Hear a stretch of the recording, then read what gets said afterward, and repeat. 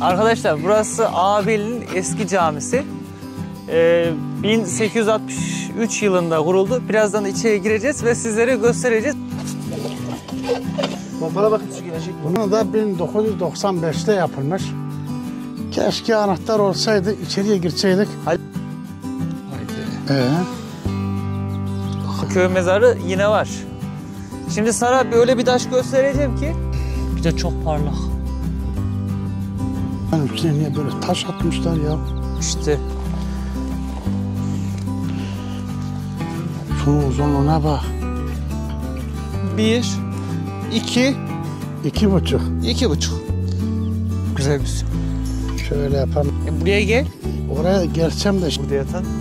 Zaten yazılar. hatta sana şunu söyleyeyim. Bak burada da varmış aynısı.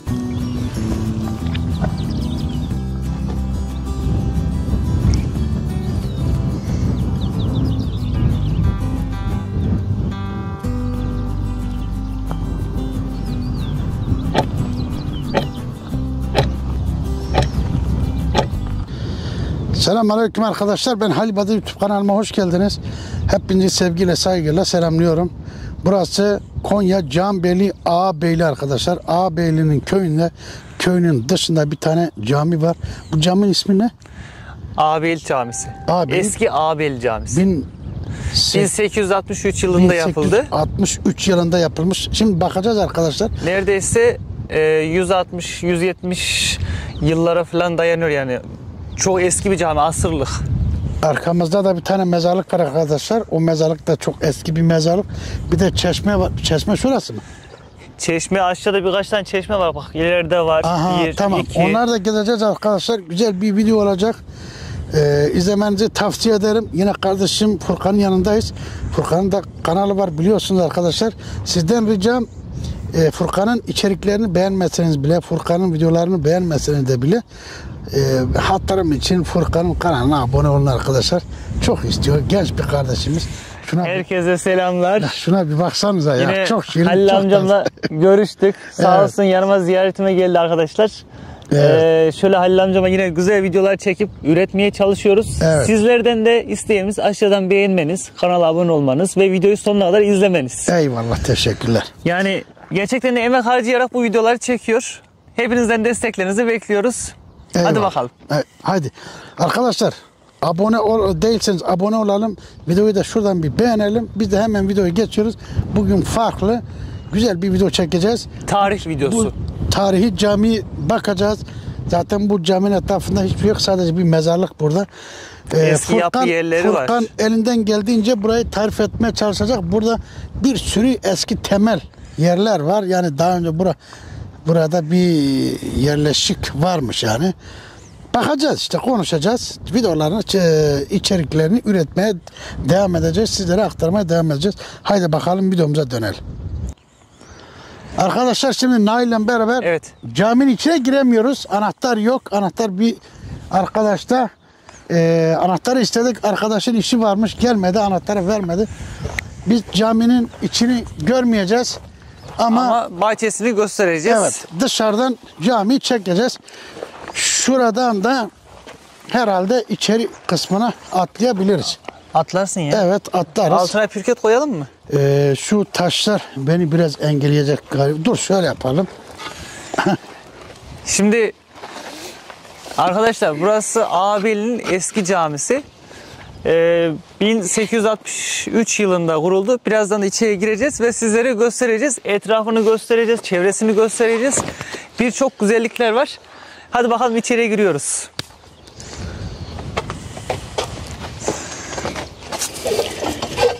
Pompala bakayım su gelecek mi? Bunun adı ne arkadaşlar? Yeni nesil bilmez de. Bilmezler. Bunu eskiler daha iyi bilir. Yani belki mantıken anlarlar buradan su çıkacak ama Evet. bunun adının ne olduğunu bilemezler. Miraç bir de şunu göstersene bir. Yazın arkadaşlar, yazın, öğrenin. Bak. Bakalım kim dutları ne görüyor diyecek. musun? Halil amca dutları gördün mü?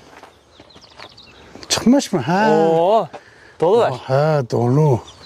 Demek ki İyi, iyi. yani duda Çıksın. don vurmamış. Evet. Şimdi Vallahi arkadaşlar anahtar olsaydı güzel olacaktı da. Çok güzel de korunmuş. Ağaçları güzel. Beton. Orada çeşme var. Evet. Şurada tuvaleti var. Burası cami 1863 yapım. Restorasyonu da 1995'te yapılmış. Keşke anahtar olsaydı içeriye girseydik. Halil amca sana şunu söyleyeyim. Lafını kestim. Önceden cam mekan yoktu. Burası komple zaten açıktı. Belli oluyordu. Evet belli oluyor zaten. Bunu yaptılar ki hani artık kalabalık oluyor ya. İnsanlar buraya da girsinler kılsınlar. Burada eski yazılmış yazı var. Bu da caminin tarihini anlatan bir yazı ama İlla ki. bilemiyoruz. Şimdi bu Kur'an'ı bilenler okuyorlardır. Abi biz bunu çevirebiliriz ama. Kur'an'da Öyle mi? Çevirirsin. Telefonunu çıkar çevirelim. Ciddi. Vallahi çeviririz. Programı mı var? Programı yok. Google'a gir direkt hemen okuyor. Bir dene hadi. dur bakalım bir. Hah çıktı. Ey Sultan Evet, Ey Sultan yazıyor. kütüphane yazıyor. Müslüman tarihidir. Evet ama diğerlerini yazmıyor. Ama bu Urduca dili. Urduca yazısıymış. Aha. Abi onun fotoğrafını çek ekranda gösterelim. Haydi bakalım bir. Aslında net gözükmüyor. Net gözükse Mezarlık.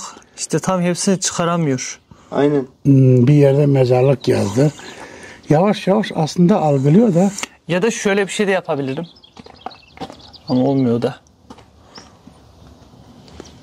Evet. Demek ki yani çok farklı.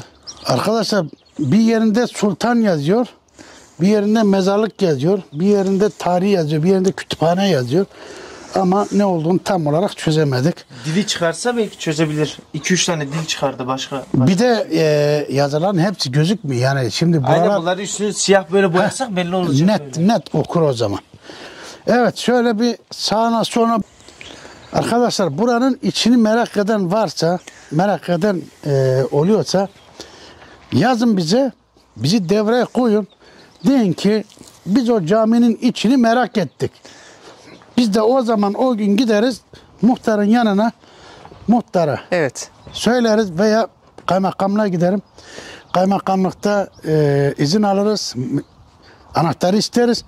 Gelip içini açarız. Bir de arkadaşlar Minesker şöyle bir çek. Duvar da yamulmuş ha.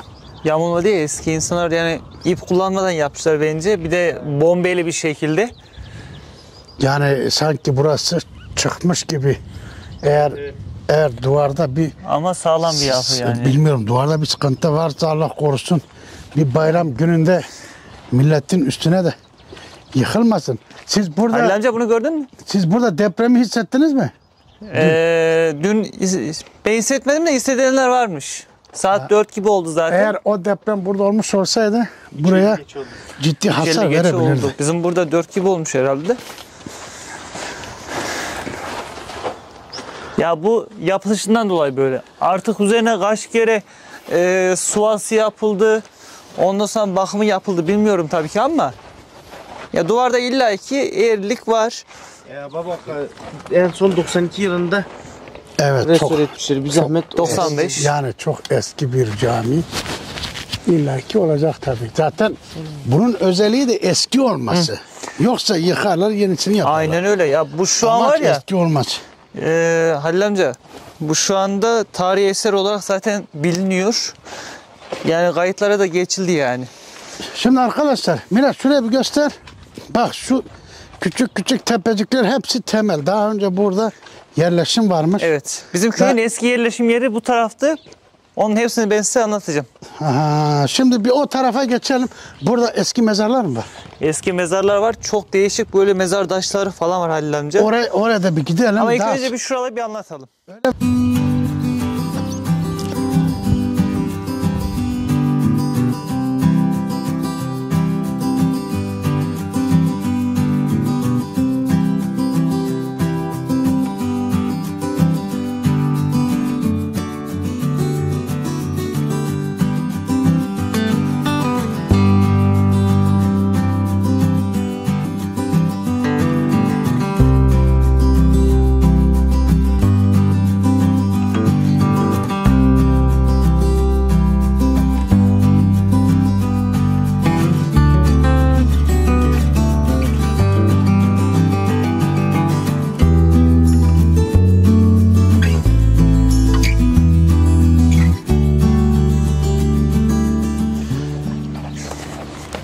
burada çok büyük taşlar var.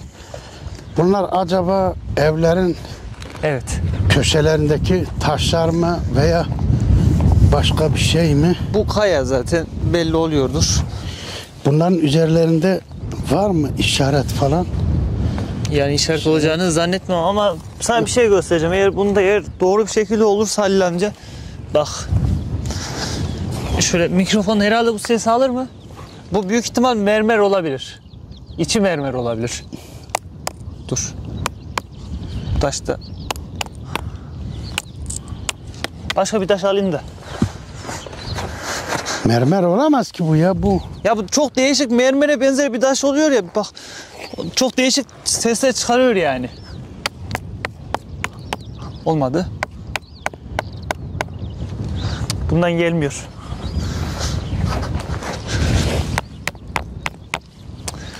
İstedim o ses. Arkadaşlar şimdi cami burada. Şuralar hepsi yerleşik yerler. Bak şuradan te ilerlere kadar. Bilmiyorum kamerada ne kadar gözüküyor bilmiyorum. Şuralarda hep temeller var bakın.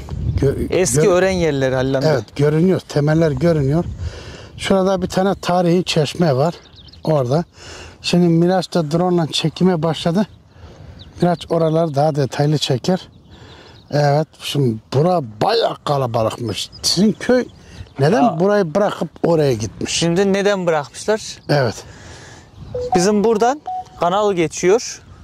Yani Konya tarafından gelen kanal var ya, artık Evet. buradan Boğuluk tarafına falan çıkıyor Halil amca. Evet. Ya eskiden burada çok sivrisinek oluyormuş. Sazlıktan dolayı bu orta sazlık muhtemelen. Yani işte ya burası kanal, suyun geçtiği yol. Evet Ve burası sazlık. sivrisinek o kadar çok çoğalmış ki yani. Ben de bizim köyde 90 yaşında şu anda at fehmi var. Ondan ben duyduğumu anlatıyorum. Yani diyorlar. Ondan başkaları falan da diyorlar da. Yani sivrisinekler köyü basmış. İnsanlar artık burada oturamayacak duruma gelmişler. Aynen öyle. Kaç yılıydı ya? Yani bir şeylerden kaçtığı belli. Kaçtı. Oysa ki buradaki yerleşim yeri sivrisinek yüzünden öteki tarafa, yolun karşı tarafına doğru kaçtı. 34'ten ne o tarafa doğru göçmüşler, taşınmışlar. Ve burada eski evler işte böyle zamanla çöke böyle tepecikler halinde kaldı. Yani Ama- eski öğren yeri oldu artık. Ama bak Nail. Şimdi Evet. mantıklı düşünürsek bak. Şimdi caminin öbür tarafı şu ineklerin olduğu taraf. Evet. Bak o bölge komple sazlık alan. Evet. Bak gel. Şurada ağaçların ora. Orası Torkun'un ormanlığı. Hepsi sazlık alan. Evet. Bak şuralar hepsi sazlık alan. Evet. Şuraya kadar sadece şuradan şu yeşil çadırların olduğu yere kadar bir gidiş geliş alanı yüksek. Onun dışında bu köy sağlı sollu ön tarafı hepsi su içinde. Evet. Sazlık içinde. Eskiden de su çokmuş. Yani bu köy ada gibi bir gölün ortasında gibi düşünelim. Demek Evet. o yüzden sivrisinekler baya bir rahatsızlık çıkarmışlar. Aynen İnsanlar burayı terk etmişler. Çünkü burada kalabalık bir köy varmış. Köy buradan artık hangi şartlarda, hangi nedenlerden gitmişse Sivrisinek köy burayı terk nedeniyle. etmiş. Sivrisinek doğru cevap. Ve 1934 yılında Halil amca, ya bildiğim kadarıyla yolun diğer tarafına göç yapmışlar ve orada tekrardan yeni bir köy kurmuşlar. Şimdi benim de kafama takılan bu moloz taşlar neden buralarda çok fazlalar? Bence bunlar o zamanlar taşlarla ev yapmışlar. Taşlarla Evet. avlu yapmışlar. Bu taşlar da büyük taşlar da evlerin köşesindeki taşlar. Bence öyle tahmin ediyorum. Çünkü taştan başka bir şey kerpiç zamanı dönemi değilmiş bu. Taş. Bu taş devri dönemiymiş. Zaten buraların temelinde de gidiyor kayalık işte. var. Var. Evet. Halil amca şimdi o zamandan bu zamana yine burada yaşayanlar olsaydı, burası var ya, eski taş evlerin olduğu yer olurdu. Burası tarihi eser yer olurdu yani. Burası turizm bile olabilirdi. Turizm Yani için. He? sonuçta her yer taş ve taş yapının olduğu yer, eski taş olduğu yapılan yer Evet. turizm olacak. Peki acaba bu yerleşim cami 1863'te yapıldığına göre Evet. demek burası 1863 yıllarında burası bir köymüş. Köy. Buralarda hepsi sazlık alan. Zaten arkadaşlar bakın belli oluyor. Yani şu kırtıldan, şu Karaçayır'dan, şu suyun içinde yetişen ottan da belli oluyor. Zaten bu kanalı o zamanlar bulmuş da zaten ne yaptıysa bu kanallar yaptı, evimizi yaktı. Aynen öyle. Bu kanallar her tarafı kuruttular. Gördünüz mü? Çeşmeleri varmış, adamların köyü buradaymış, orada bir çeşmesi var, şurada bir tane çeşmesi var, köyü burada. Düşünsenize mesela 45 yıl önce ben iyi bilirim bizim köyün camisi vardı, o merkez camisi. Oranın bir çeşmesi vardı, insanlar orada sıra beklerlerdi. Giderlerdi helkelerle, küplerle, o küpü, Ne küpü? çanak çömlek küpü. Ha, testi falan mı? Evet. Onlarla giderlerdi, su doldururlardı, sıra beklerlerdi. Yani bu da ondan daha çok önceki zaman. Yani eski. düşündüğüm zaman zaten ben geriye gittiğim zaman ben çok seviyorum, duygulanıyorum, çok merak ediyorum. Bunu hep söylüyorum videolarımda. Keşke o zamanlarda bizim gibi YouTuber'lar olsaydı, videolara, kayıtlara çekselerdi. Ya biz şimdi bir o zamanları bir görseydik ya. Mesela bugün şuranın videosu olsaydı 1863'ün yılı videosu olsaydı ya arkadaşlar kötü mü olurdu? O zamanki taş evler, o zamanki imkanlar. Değil mi? İnsanlar ya karanlıkta mum diye bir şey yok. O zaman yani idareler de sonradan çıktı. O mazottan, Yani. gazdan yapılan idareler var. Onlar sonradan çıktı. Ondan önceki derim ateş. Ateş yakarlarmış. Ateşin önünde öyle hem ısınırlarmış hem ışık önünde. Zaten o zamanki insanlar akşam uyurlardı. Sabahın köründe de uyanıp kalkarlardı. Şimdikiler gibi öğlene kadar yatıyorlar. Gece saat 12'ye kadar telefonla oynuyor değillerdi onlar. O insanlar hepsi silah gibiydi, böyle kılıç gibi. Kadını da erkeği de Dinç. vücudunda dirhem kadar yağ yoktu. Çünkü sürekli çalışıyorlar, yakıyorlar. Adam dinç duruyordu Allah. O zamanlar biliyor musun ne diyorlardı? Can boğazdan gelir. Evet. Şimdi biz yiyoruz, ölüyoruz, hasta oluyoruz. Ama o adamlar o zaman öyle demiyorlar. Diyorlardı can boğazdan gelir, ne kadar yersin o kadar güçlü olursun. Niye? Çünkü yakıyor. Yetmiyor. Yetmiyor. Evet. Yakıt yetmiyor. Halil amca, ben şimdi sana bir şey söyleyeceğim. Birazdan mezarlığın içini falan da göstereceğiz tabii ki ama Evet. ya çok acayip şekilde böyle uzun uzun mezarlar var ya. Ya eski insanlar çok o kadar büyüktü. Çok acayip ya. İnsanları ne yapacaksın? Avuçları kürek gibiydi. Eski insanlar dev gibiydi. Değil mi? Yani eller şöyle. Eller böyle. Kürek gibi, kürek. Hani Vallahi. toprak atıyorsun ya, kürek. Bir de şunu söyleyeyim. Kolları benim bacaklarım kadardı. Eski İri insanlar. yapılıydı yani. Pa. Yani. Eski insanlar.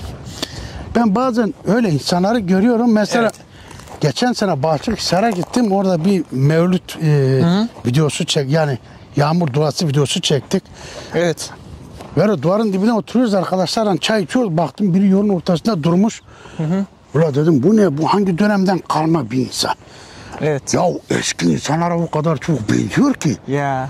Ya kafa yapısı, el kol, parmakları, avuçları yolun ortasında durmuş. Arabanın biri geldi, korna çaldı. Hiç kılını kıpırdatmıyor. Şöyle döndü, arabaya baktı. Yanına doğru gitti, böyle eğildi. Arabanın içinden adama baktı. Orada dedim bu ne lo? Bu ne? Sanki bundan 200 yıl önceki insan. Bazen öyle görüyorum, hemen hayal kuruyorum ben. Evet. Seviyorum ya. Eskiyi seviyorum. Ya Halil Ya, amca, seviyorum. eskiler beni en çok mesela yaptıkları yapı olsun, ondan sonra o Gel doğru gidelim. yapılar bak, özellikle benim en çok hoşuma giden taş yapılar oldu bu zamana kadar. Yani tam yaşım 25, yeni nesiliz ama insan onlara merak salıyor. Ya ben eski çok merak ediyorum ya. Çok merak ediyorum. İşte herkes keşke Çok o zaman merak ediyorum. teknoloji olsaydı da çekilseydi değil mi? Ama yoktu. Bazı belgeselciler eskilerden bahsediyorlar. Evet. Hatta milyon yıl öncesinden bahsediyorlar ama karikatürle yapmışlar. Yani Aynen gerçek öyle. resimler yok. Yok, gerçek yok. videolar yok. Gerçek Yok. içerikler yok. Doğru. Üzerindeyiz şu anda. Arkadaşlar burası da eski bir mezar ama içinde yeni mezarlar da var. Sizin mezarınız bu mu yoksa başka bir Bizim mezarınız bu var? o işte o eski ağabeyinin eski mezar bu. Ha. Bizim köy mezarı yine var. Şimdi sana böyle bir taş göstereceğim ki hayran kalacaksın. Bakalım. Tamam, o tarafa doğru gidelim. He. Böyle taşlar Oo, var. kertenkeleye bak Halil amca. Kocaman kertenkele vardı, gitti ha. Taşın altına gitti. Kertenkele mi yoksa? Vallahi kertenkele bak şu kadar ha. He, kertenkele. O iriymiş o da lan. O nasıl? Şu kadar var. Dur bir. Bir de çok parlak.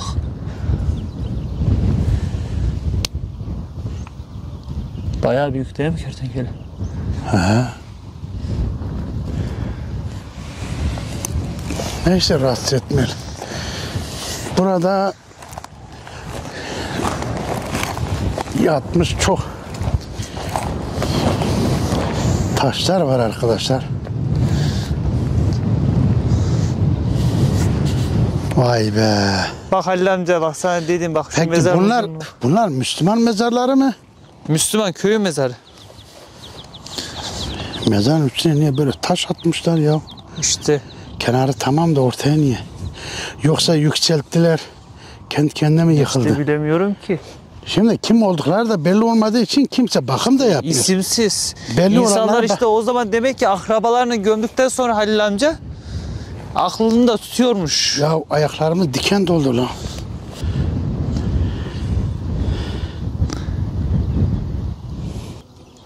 Sana bahsettiğim delikli taş Halil amca.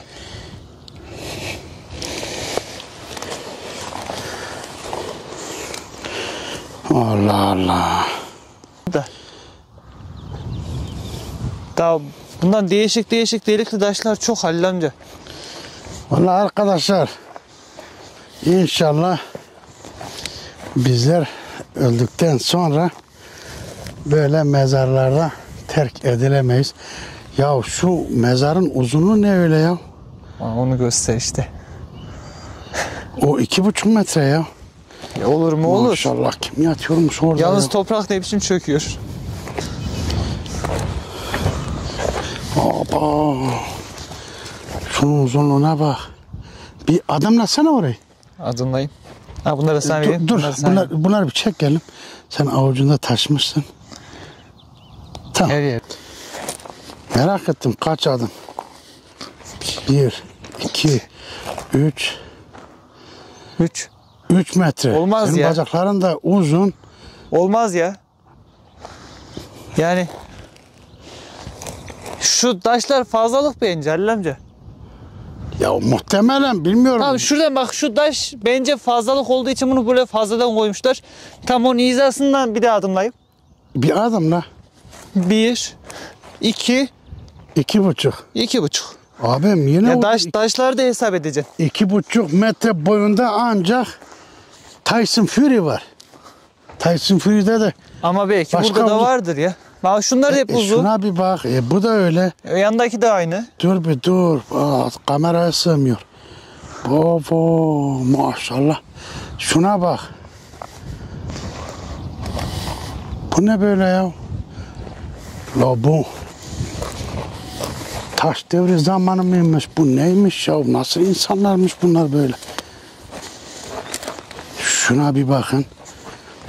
Aynı.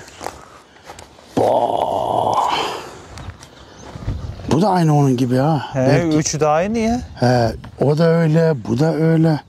2 metre. Şurada taze bir tane mezar var. Şunu şöyle çekelim. İnsanlar okusun. Güzel bir şey. Şöyle yapalım arkadaşlar. Çok güzel bir yazı. Dondurun, okuyun, geçin. Ama okuyun, mutlaka okuyun. Neyse arkadaşlar, şimdi televizyonda izleyenler belki donduramaz.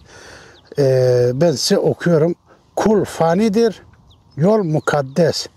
Bir gün verilecek son nefes. Ne makam kalıcı ne de boş heves. Sadece Yaradan'a hizmettir gerçek adres.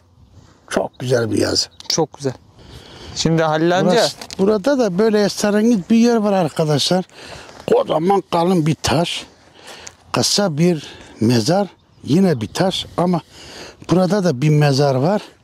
Burada da bir tane var. Hemen yan yana. Yalnız Taşı göster bir. şimdi onu çekmem için mezarın üzerinden geçmem lazım ya. Buraya gel. Oraya gelsem de şimdi tam karşıdan çekmem lazım. Dur şöyle yapayım ben. Şimdi Bu şey define taşıymış. şuradan bir Bu yol. Buraya suyu dolduran bu su buradan böyle akıyor. Yönü gösteriyor. Bu define taşı. Adamlar define burayı taşı ama mezar taşı olarak kullanmışlar. ama bunu tabii gerçek yerinden kaldırıp getirmişler. Yani öyle yapmışlar. Yani kimse gelip bu mezarları kazmasın arkadaşlar. Bunlar burada bir şey yok yani. Bizim köyün en eski mezarları. Vallahi yani bu mezar antika ya. Allah Allah. İçinde yeni mezarlar da var. Demek ki illa sizin köyden akrabalarınız Efendim?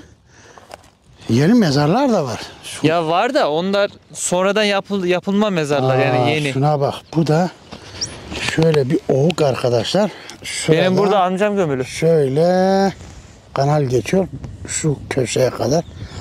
Tabi bunlar hepsi yerlerinden kaldırılıp getirip buralarda mezar taşı olarak konulmuşlar. Şuraya dikkat et, çöküyor bak. Halil amca burada var ya amcam da gömülü burada. Öyle mi? Babamın kardeşi çok ufakken ölmüş. Şu da neden böyle olmuşsa onu da bilmiyoruz. Aşılmış zamanla ya. Bak Ama bak mezarın uzunluğuna şunda bak. da var. Bak şunda da var bir tane çukur. Artık ne bu da yuvarlak bir taş.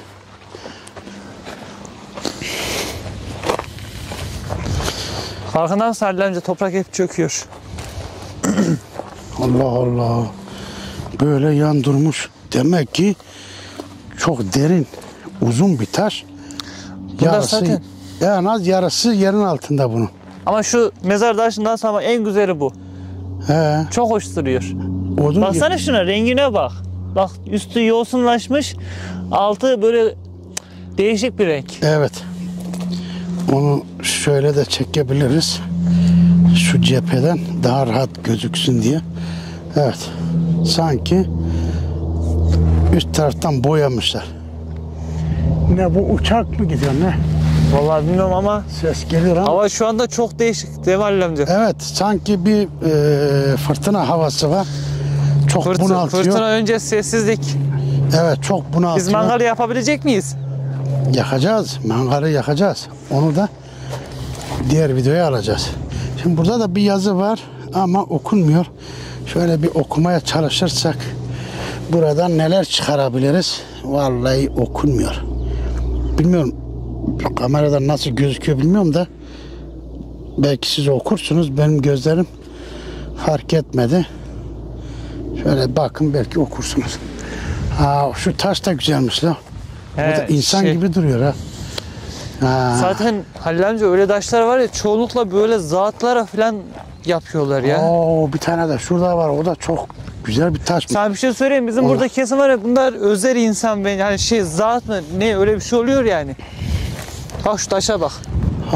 Bu da havuz şeklinde. Farklı bir böcek. Onu hiç layık görmedim. Çekil. Gidiyor. Taşa bak ya. Vay be. Arkadaşlar, Peki sana bir şey diyeceğim Halil amca. Bu yapaldan ne var yani? Videosunu çekmiştin. Mezarlık falan var içerisinde. onların bir tane türbesi var. O türbenin etrafında böyle taşlar var mıydı? Var. Aynı böyle bir mezarlık var. O da çok büyük bir mezarlık. Buradan büyük mü? Var hari. Buradan büyük. Büyük. Şuna bakın şuna. Taşa bak. Allah Allah.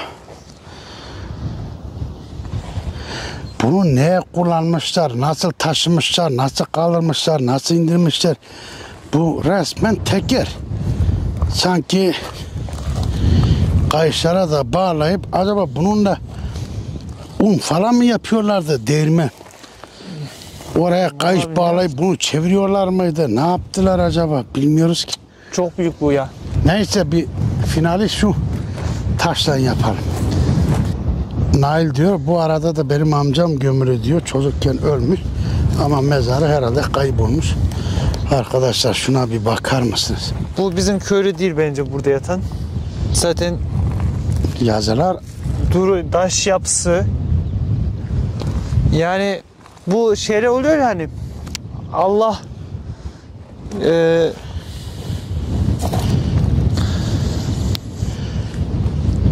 vallahi bu da farklı bir taş ya.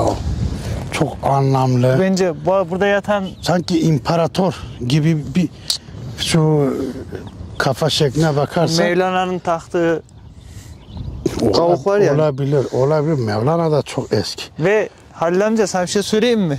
Bence burada yatan merhum bizim köylü değil. Bence. Hatta sana şunu söyleyeyim. Bak burada da varmış aynısı ama kırılmış bence. Evet, orak kırık. Orak Evet. kırık, evet. Var mı Mezar başka? buralarda böyle. Çeşmenin o tarafa doğru da gidebiliriz yavaştan. Evet. Arkadaşlar şimdi de eski çeşmelere geldik ama burada bir tane kapak var. Bir tane depo var, dikkatimi çekti, dedim bir buraya bakalım. Kenarını da biraz açmışlar. Şimdi Nail burada ne var? Halil amca şimdi bunu nasıl anlatacağız sana? Hatta şöyle yapalım, burayı en son anlatalım. İlk önce bak şu karşıdaki yere gidelim. Dur. Şimdi Bak içi boş ama şurada bir boru var. Orada bir boru var. tam karşıdaki çeşmeden buraya Evet. su geliyor. Su burada depolanıyor. Burada depolanan su da yine yer altından, orada mesela kuzulara artık ufak bir oluk yapmışlar. Su Ha, oluk. orada da var. Ha, orada da var. Hatta oraya gidelim. Tamam. Depodan böyle bunun altında bir tane boru var arkadaşlar. Buradan geliyor. Oradan buraya geliyormuş. Çok eski bir havuz. Ama burayı Kırılmış. kapatmıştır. Da bu da yarı oluk kırık. Ne hani oluk nerede? Oluk şurada mı kırık acaba? Olabilir. Belki burada da bir oluk vardı. Ama varmış. O yüksekten buraya geliyormuş. Kademeli. Kırmışlar, götürmüşler. Kim bilir nereye kullandılar.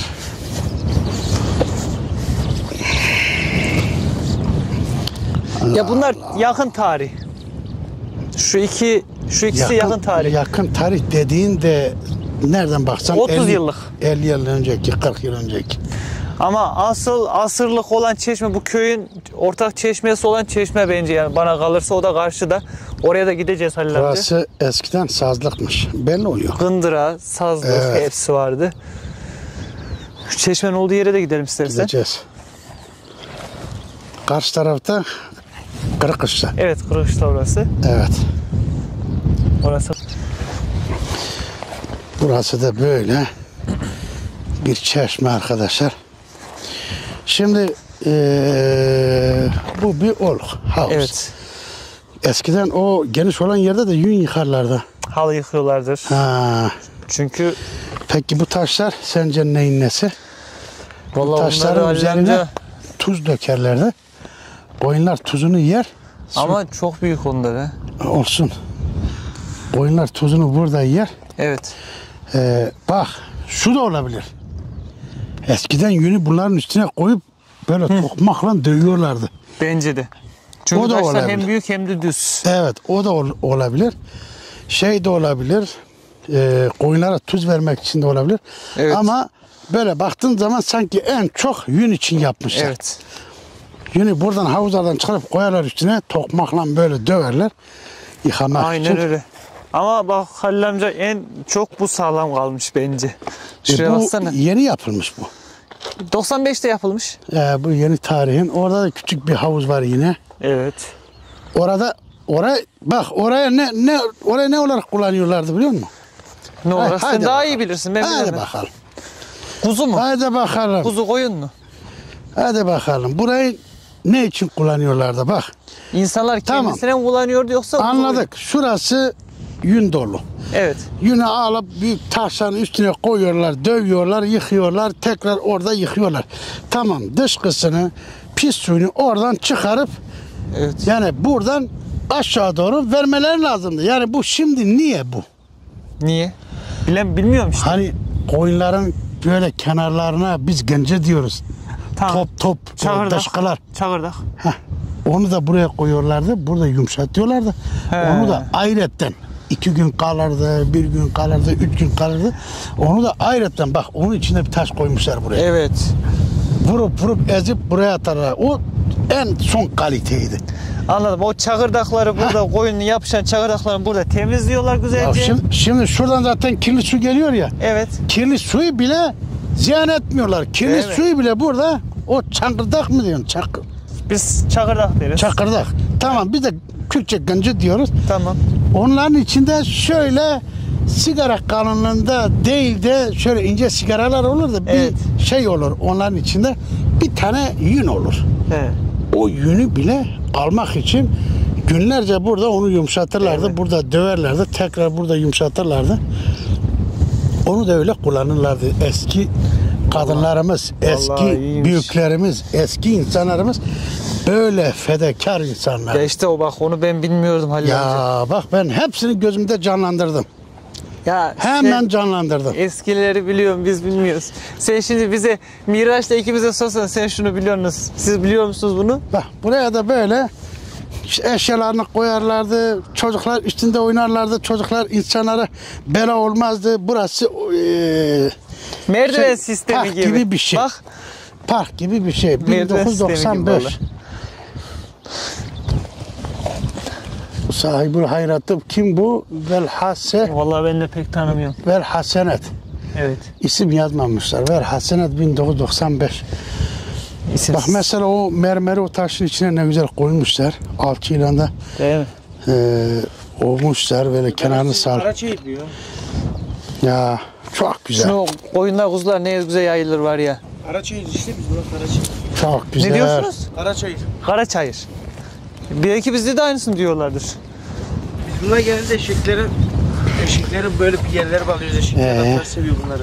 Koyun da yiyor ama. Burada, Girdim. şurada bir şeyler Herhalde- oluyormuş. Bak şurada bir boru var. Fazla durma burada gaz falan kokusu var. İlla ki, Zehirleniriz. illa ki. Peki bu şuranın kapısı nerede? Buranın kapısı yok. Kapısı burası. Burada ayrı içeride bir tane daha depo var. İşte Ama sen oraya çıkamazsın. Ben çıkarım. Göstereyim içeri. üstünde şey mi var? Delik Evet. mi var? Gel biraz sen de çık. Üstünde delik var mı? Var. Yani içi görünüyor. Evet. Şöyle bir delik var. Öyle mi? Hı hı. Ha. O zaman al. Ben orayı göstereyim. Arkadaşlar şimdi şöyle ben içeri göstereyim. Halil amca çıkamadı. İçerisi bu şekilde. Ama buna kafamı vursa. Oraya ben şey yapacağım. İçerisi bu şekilde arkadaşlar. Hatta geniş açıya da alayım da. Bunlar çok düşünüyor he. Efendim? İçerisi hem geniş ama güzel kuş beslenir değil mi? Yukarıdan da böyle gözüküyor. Burada Şimdi da bir tane depo var arkadaşlar. Evet. kuyu. Oo, Kuyu Halil amca. kuyu mu? Hem de bayağı geniş bir kuyu, o yüzden insanlar hep kapatmış. Tripod uzamıyor mu senin? Şurada az bir şey böyle soksak. Yok gerek yok. Sana bir şey söyleyeyim mi? He. Bunun içi var ya, şu anda açsan içi fena gaz doludur. Anında içeri girdiğin zaman ölürsün yani kesinlikle. Yok ya kapı açık. Gazın ne işi var? Olur, illaki vardır. Kapı açık oldu mu gaz yine oluyor mu? Oluyor. Ben bilmiyorum. Oluyor. Yani defineci olmadığım için bilmiyorum. Ben de defineci değilim. Bak şunlara falan bak. Ne güzel. Ha. Bu eski çeşme. Oo, bu da güzel bir çeşmeymiş ya. Değil mi? Evet ama kurumuş. Abim bunlar hepsi değerler ya. Değerli. Bari Ama insanlar bari şey yapın ya. Kuyu vurun. Evet. Üstüne 2 panel koyun. devamlı aksın. Ya suyu bağlayın buralara. Bir de Söğütler. Üzerine bir tane havuz. Bu yine burada kalsın. Buna ellemeyin. Şurada bir tane yapın mesela şu kenarda. Evet. Ya bari onun üzerine gelen insanlar bunun da antik olduğunu görürler. Bırakın bu böyle kalsın. Bunu yıkmayın, ellemeyin. Ama işte çok güzel bir çeşme. Yani filmlerde olur, dizilerde olur yani. Ya şunun bir taşlarına bir baksana ya. Taşlar Hepsi özel olarak. özel mermer taşlar. Aynen öyle. Dediğim kadar var değil mi? Tabii ya. Ya bunu senin takipçilerine göstermesek olmazdı. Bir de şu güneşin, şu görüntü gerçekten de çok güzel.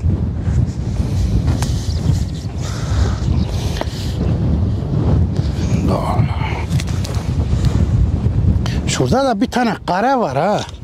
Efendim? Şurada taşlardan bir kare var. Orada bir kare var. Bence Yani artık bu da bir duvar mı?